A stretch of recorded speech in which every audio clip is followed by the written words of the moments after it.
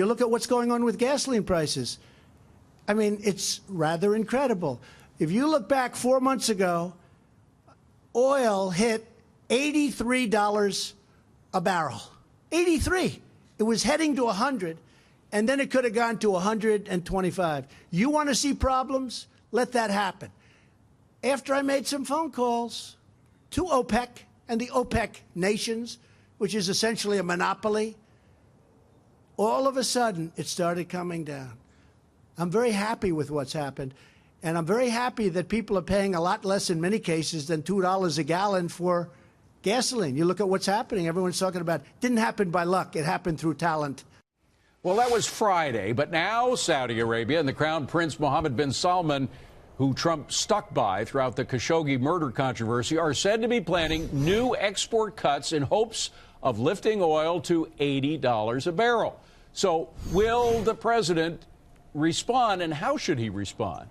So back when I was living in Saudi Arabia in 2010 and 11, the break-even price that we estimated back then was somewhere around 80, and that was what, 7 years ago at this point. And government spending has only increased then, especially since post the Arab Spring and other things that have happened. When Mohammed bin Salman, the Crown Prince, came in, he embarked on this effort to try to reform the Saudi economy. He realized that the populace is way too dependent on spending, but there is no way that they can continue to operate at this current level for the price of oil. And so that's where you have an inherent conflict between two leaders that have had an incredibly good relationship. You also look at things like Syria, where the Saudis have promised more spending there to help with the rebuilding and the reconstruction efforts that the president wanted. So the president is pushing them on this, but at this point you have an economy that's entirely dependent on these oil revenues, and they can't continue to operate at 50, 60. The president can put more pressure on them, but I don't know for how long they can run this deficit.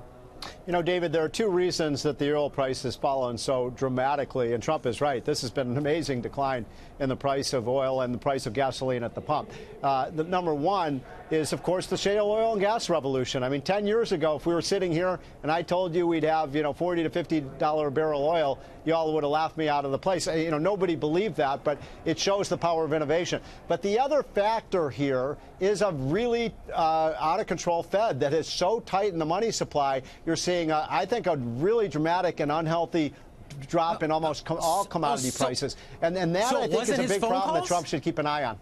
Yeah, so it wasn't the president's phone calls. And what we heard was a sound of the president taking credit for this tremendous stress. So wasn't his phone calls that did it, Steve? His special talent, as he alluded to?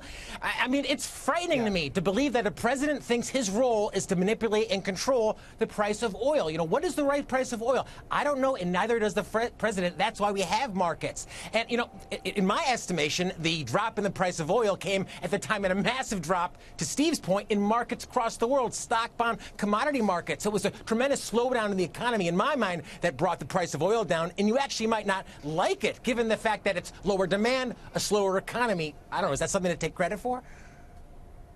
Okay, well, I know you were addressing that to Steve, but I'm going to jump in right now and point out that Saudi Arabia their government said that they're boosting spending right now. And in order to boost spending, they need their oil price to be around $95 a barrel, or they would be satisfied around $80 a barrel. So I think that contributes to the fact that they are aiming to have a target of a decrease of 3%. So they're going to be cutting production by 3%.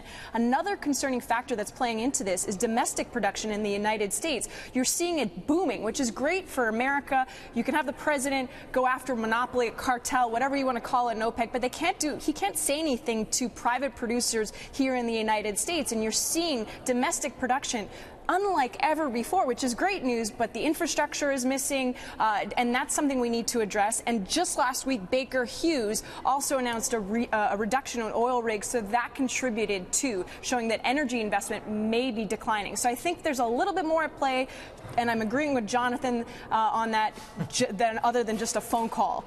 Yeah, but keep in mind, it's something I've worked in the U.S. government for a long time and for multiple administrations, and most administrations They might not make it as public as President Trump makes it whenever he has these phone calls. But certainly I've been a part of multiple administrations where these sorts of phone calls are definitely made all the time. You guys may not know about it, but the president likes to publicize everything he does. That's why we all know about it. It does happen a lot. And let's not overestimate the influence of OPEC, because as Steve and Christina said, I mean, we are producing so much oil and gas right now in the United States. They don't have the power that they once had. They sure don't, David. I mean, you're exactly right about that. And so Saudi Arabia is in a bit of a vice right now, and they used to have that pricing power, and Trump is right. They used to be a monopoly. They aren't any longer. If there's no way they can get the price up to above $80 a barrel, because, I just got back from the Permian Basin in Texas.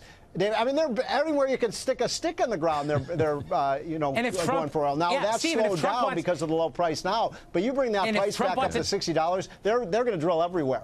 Quick last word, Jonathan. Go ahead. We got to go. Sure, quickly, if Trump wants to take credit, he should take credit for the deregulation and credit the magnificent American energy companies that are drilling all that energy. All right, last word.